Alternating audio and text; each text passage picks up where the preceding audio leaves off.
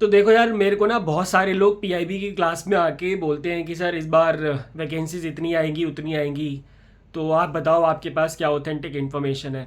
देखो, पहली चीज़ तो मैं बता देता हूँ, जहाँ से भी आपने सुना है किसी के पास भी कोई 100% करेक्ट इन्फॉर्मेशन तो नहीं है, दैट इज़ फॉर श्योर। अब कोई टीचर कह रहे हैं कि 30 वैकेंसीज आएंगी, कुछ कह रहे हैं 40 आएंगी, कुछ कह रहे हैं 50 से 60 के बीच में आएंगी।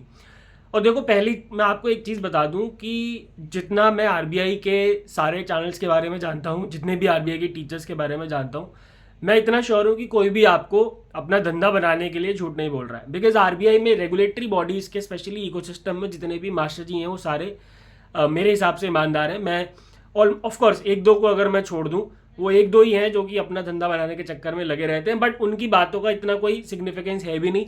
सिग्निफिकेंस जो होता है वो दो चार टीचर्स हैं आरबीआई के इकोसिस्टम में, उनकी बातों का ही होता है। और आई नो आप उनकी बातें सुन के ही मेरे से सवाल करते हैं, ठीक है। तो पहली चीज़ तो ये है कि कोई भी आपको झूठ नहीं बोल रहा है, जिसके पास जैसी जो भी इन्फॉर्मेशन आती है वो आपको दे देते हैं, ठीक है। अब ना कुछ टीचर्स ने बोला है कि 30 वैकेंसी है, कुछ ने बोला 40 वैकेंसीज है, कुछ ने बोला 50 से 60 के बीच में वैकेंसीज है। तो एक्चुअली में तो देखो किसी को भी नहीं पता कि कितनी वैकेंसीज है, लेकिन अब इससे होता ये है कि जो कैंडिडेट्स हैं, जो आप लोग हैं, आप सबके अंदर एक डर क्रिएट हो जाता है, एक हैवॉक क्रिएट हो जाता है कि यार इतनी कम वैकेंसीज होंगी तो क्या होगा। हालांकि हालांकि आप सबको ऑलरेडी पता था, right from the January I am saying this, and in fact from the last year only सबको पता था कि वैकेंसीज जो है इस साल भी कम ही आएंगी, ठीक है। Last year there were 66 vacancies and ये पहले से ही डिक्लेयर हो गया था कि इस साल भी वैकेंसीज कम ही आएंगी, तो हमें सबको पता है। लेकिन क्या होता है कि जब हम बार बार कहीं से सुनते हैं, ठीक है ना, अब मैं आपको बार बार बोलूँ कि तू गधा है, तू गधा है, तू गधा है, तो आपको एक टाइम पे लगने लगेगा कि हाँ यार, हो सकता है कि मैं गधा ही होऊंगा, राइट। तो बेसिकली वही हो रहा है इस समय कि कोई कहीं से आप सुन रहे हो, कहीं से सुन रहे हो, फिर टेलीग्राम चैनल पे भी आप घूमते ही हो, ठीक है, वहां से भी आपको लगता है कि यार इतनी कम वैकेंसीज है। तो क्या हो रहा है कि एक डर क्रिएट हो गया आप लोगों में, विच इज़ एब्सोल्युटली फाइन। क्योंकि देखो, मैं ये बात जानता हूँ कि जब वैकेंसीज कम होती हैं तो जो चांसेस ऑफ सिलेक्शन है ऑफ कोर्स वो क्या हो जाएंगे, कम हो जाएंगे, क्योंकि कंपटीशन बढ़ जाएगा, ठीक है। और मैं उनमें से भी नहीं हूँ, मैं आपसे ये नहीं बोलूँगा कि तुम्हें क्या, तुम्हें तो एक ही वैकेंसी चाहिए, ऐसा नहीं होता है, ये बेकार की बातें हैं। तो बेसिकली डर तो है।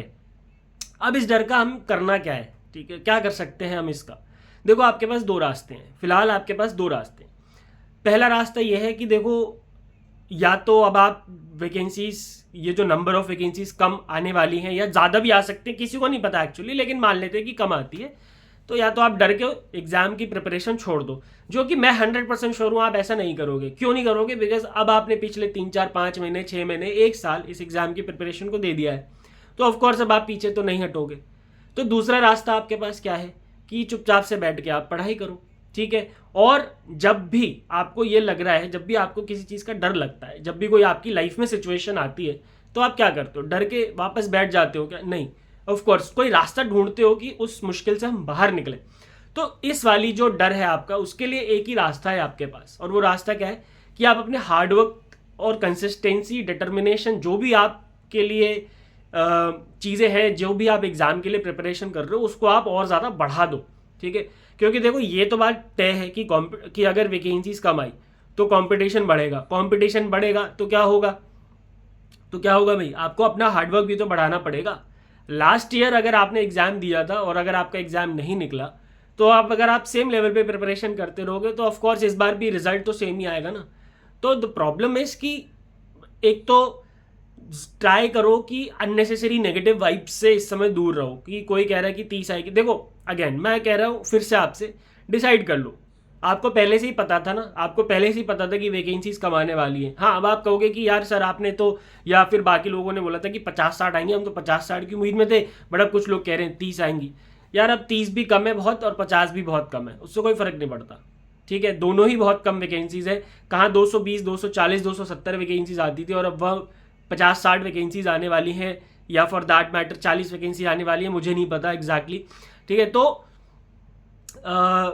So basically the point is कि आपको इन सब चीज़ों से डरना नहीं है, क्योंकि आपको पहले से ही पता था, ठीक है। मैं आपको याद दिला रहा हूँ कि आपको पहले से ही पता था, तो इसलिए डरो मत, ठीक है। चुपचाप से बैठ के पढ़ते रहो, इनफैक्ट और ज़्यादा हार्डवर्क करने की कोशिश करो।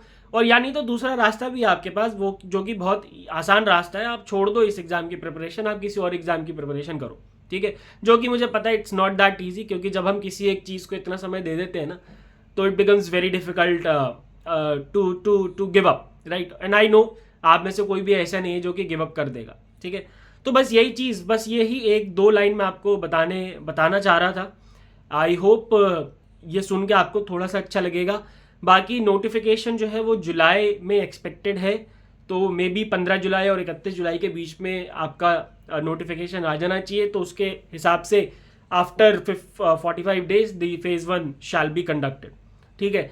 तो तैयारी करते रहो यार, डरो मत, जो भी सिचुएशन आएगी कोई बात नहीं, हम सब मिलकर उसका सामना करेंगे, ठीक है। इस at this point of time, इस पॉइंट पे आके बस मेरी आपसे यही रिक्वेस्ट है कि आप प्रिपरेशन को छोड़ना मत, ठीक है। क्योंकि अगर आपने पिछले 6-7 महीने दे दिए, अगर आपने बिल्कुल कुछ भी नहीं प्रिपरेशन करा होता तो आप मेरे से बोलते हैं कि सर मेरा मन है कि मैं इसको छोड़ दूं, तो शायद मैं आपको कह देता कि हाँ छोड़ दो, कोई बात नहीं, आप दूसरे एग्जाम को टारगेट करो, ठीक है।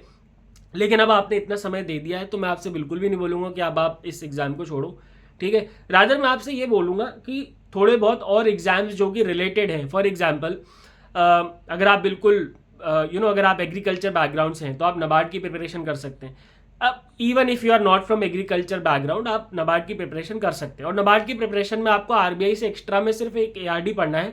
And trust me, ARD core agriculture नहीं है, कोर एग्रीकल्चर आपको नहीं पढ़ना, बेसिक्स ऑफ एग्रीकल्चर से भी आपका काम बन जाएगा। सो अगर आपने एक महीना एआरडी को दे दिया तो आपका एआरडी भी हो सकता है। सिमिलरली पीएफआरडीए का भी नोटिफिकेशन एक्सपेक्टेड है, उसकी भी प्रिपरेशन कर सकते हो। सो बेसिकली डरने की बजाय we need to figure out what else we can do. डरने के बजाय we can figure out how we can increase our hard work. डरने के बजाय we can figure out that we do not have to fall into these traps of negative vibes, ठीक है।